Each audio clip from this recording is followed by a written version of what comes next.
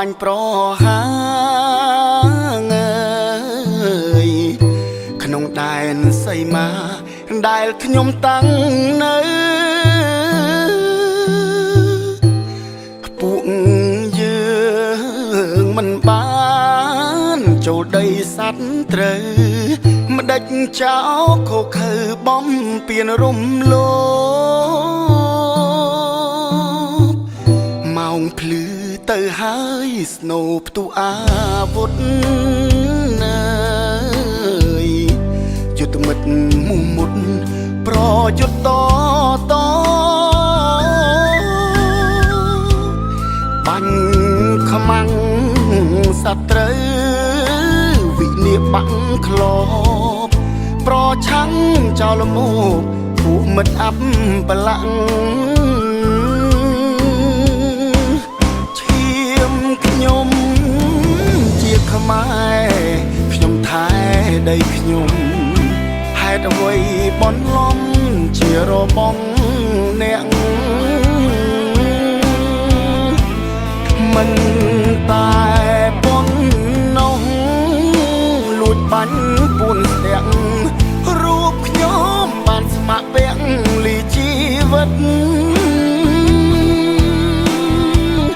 ទឹកចិត្តកងទ័ពបដិញ្ញាការពីព្រំដែនសីមាគង់វង្សស្ថេរស្ថិតត្រៀមខ្លួនជាស្រេចចំពោះអមិត្តហ៊ានបដូរជីវិតការពារទឹកដី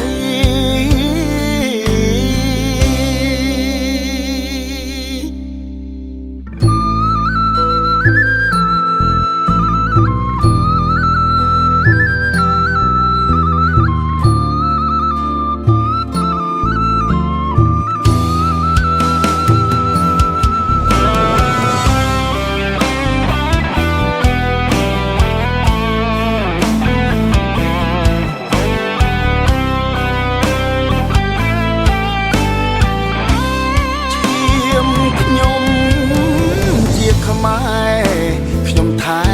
ដីខ្ញុំហេតុអ្វីបនលំជារបងអ្នក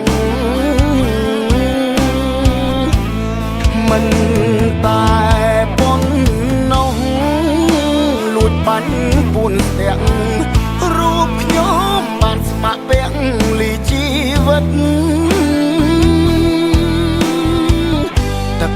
ចិត្តកងទ័ពបដិញ្ញាការពីព្រំដែនសីមាគង់វង្សស្ថេរស្ថិតត្រៀមខ្លួនជាស្រេចចំពោះអមិត្តហ៊ានបដូរជីវិតការពារទឹក